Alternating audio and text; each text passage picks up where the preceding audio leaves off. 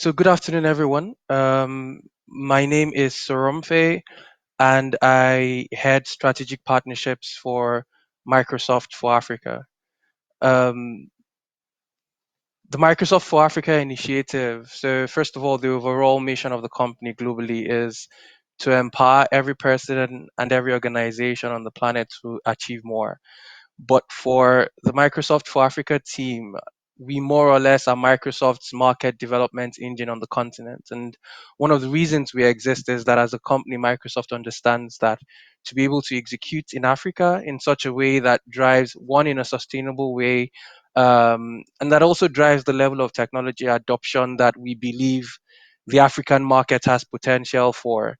It's important to make certain investments at early stages, multi-year investments, mid to long-term investments. And the Microsoft for Africa initiative was set up to do this.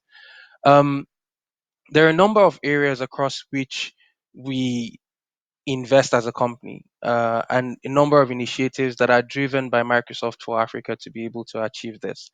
The first area is skills.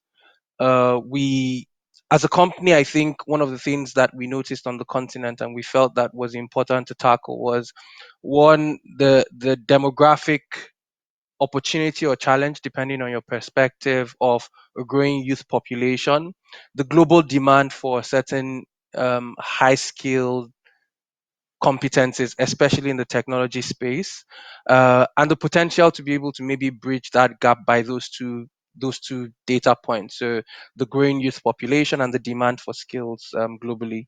So one of the things that we have done as Microsoft for Africa is to drive investment. On the continent with regards to skills. And in the last 5 years, so Microsoft for Africa was set up in 2013. In the last 5 years, one way or the other, through a number of different initiatives, we've been able to reach about 1.6 million people at different levels with different initiatives in different countries on the continent. So we have a number of programs. The Interns for Africa program, which primarily helps young graduates from African universities, connects them to roles and jobs in our partner ecosystem, and provide some incentives for them to, over a 6 month period or more, to be able to garner and get the right level of skills required to be able to go on into a technology career. We have the My Skills for Africa program, which is primarily Microsoft's global initiative to bring employees that have relevant skills uh, onto the continent to run workshops, to have capacity building initiatives where those skills are able to speak to, in one way or the other, the skill dearth on the continent. So think of this as a highly skilled engineer out of, I don't know, China or Denmark or Canada, a finance person from Peru or Brazil, flying into the continent and meeting with their counterparts in a particular country and sort of sharing different perspectives, giving a global perspective to the conversation and things like that. We obviously have our online platforms like the Microsoft Virtual Academy, where we have people consuming our content regularly. So the Skills Initiative, like I said, has reached about 1.6 million people. And for us, it's something that we think is really important. It's something we continue to invest in. And for these initiatives, we continue to look for better ways to drive the skills acquisition that we believe is really relevant for the continent. Um, I think I just want to pause here just to make sure that people can see me, or there are no challenges with the delivery. I still haven't gotten any feedback, but I just want to do a quick check. Okay, I haven't gotten any feedback, but I would go ahead. Just give me a quick moment.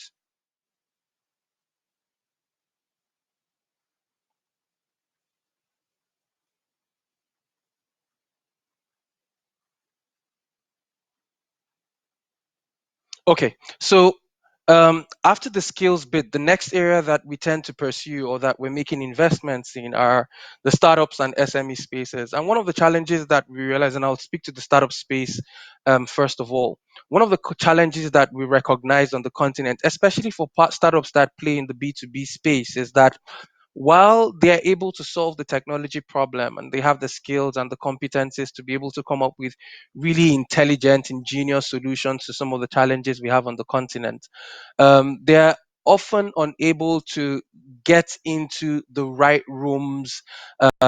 So think of C-suite level, board level, to be able to present these solutions to the enterprises that require them.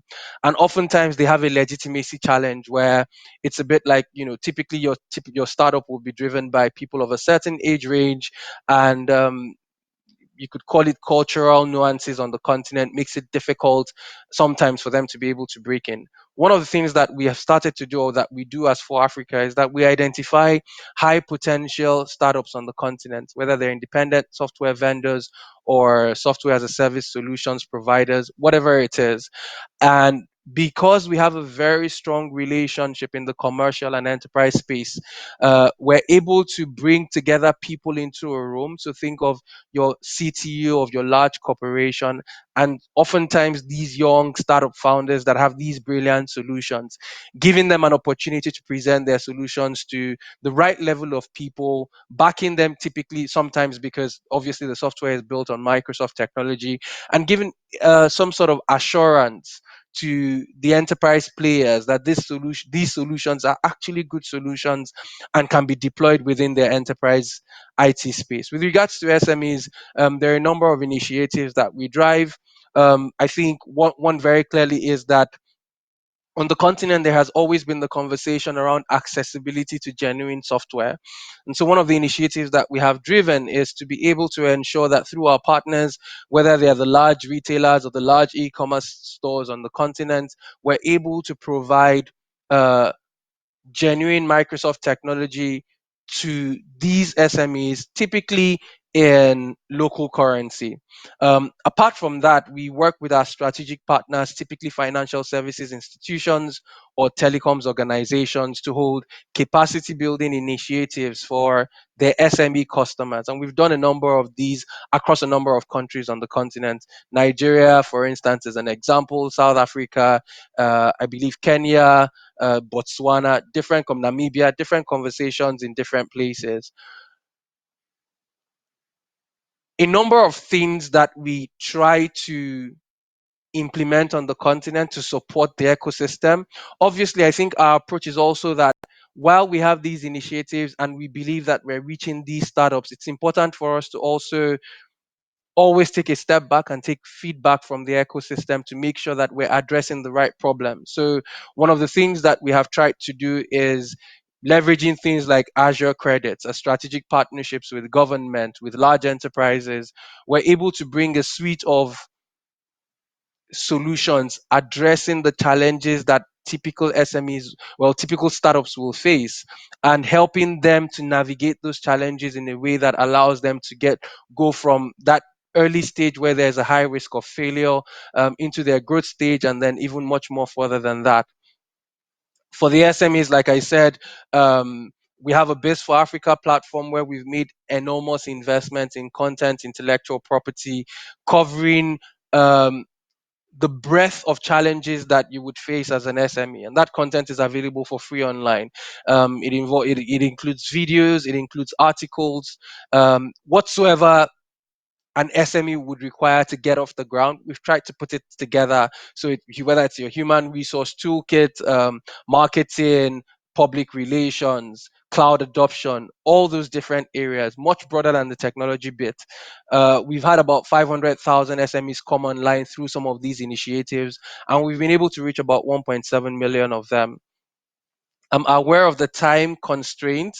um, I intend to run this for.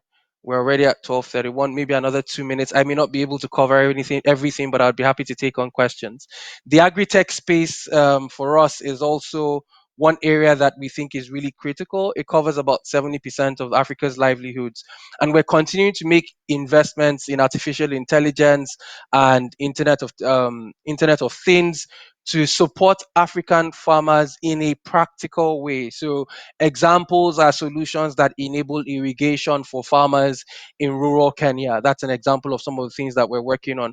We have partnerships with organizations like the World Bank where we're driving initiatives to ensure, like the 1 million farmers campaign that is on this slide, to ensure that we're able to provide the right level of technology at the right price point, obviously, gather the data that is required for farmers to be able to make the right decisions in market. Now, one of the great things that has come out of this is that because of the additional information, it has become easier for farmers to access credit, because now the institutions that give out that credit now have the required information to be able to make an informed decision as to what they can give out, and how, and the farmers' ability and capacity to pay back.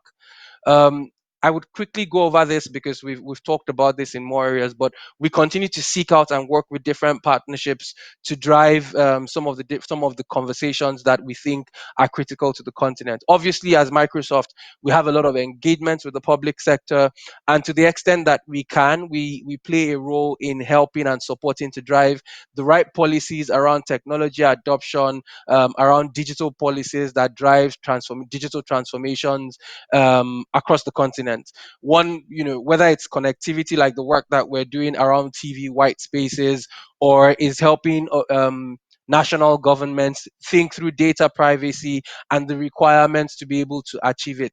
These different conversations we continue to engage in as a company, and we continue to see good returns and good conversations, good impact, good outcomes from these conversations. There's the health conversation, and this is a really interesting one. The Center for Proteomic and Genomic Research in South Africa, we've worked very closely with them.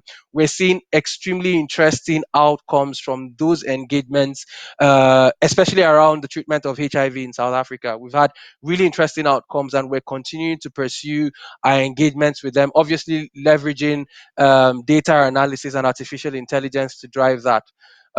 You obviously can't talk about Africa without talking about the fintech space, and we've continued to do a lot of work there. One of the things that we've been able to do is because of our cloud technology and its ability to scale very quickly, we found that a lot of fintechs are able to place their solutions on our platforms and scale when the demand hits. Obviously, because of the number of people that we have on the continent, you typically would see a spike, whether it's seasonal, whether it's a spike in growth. Having the right platform that enables them do that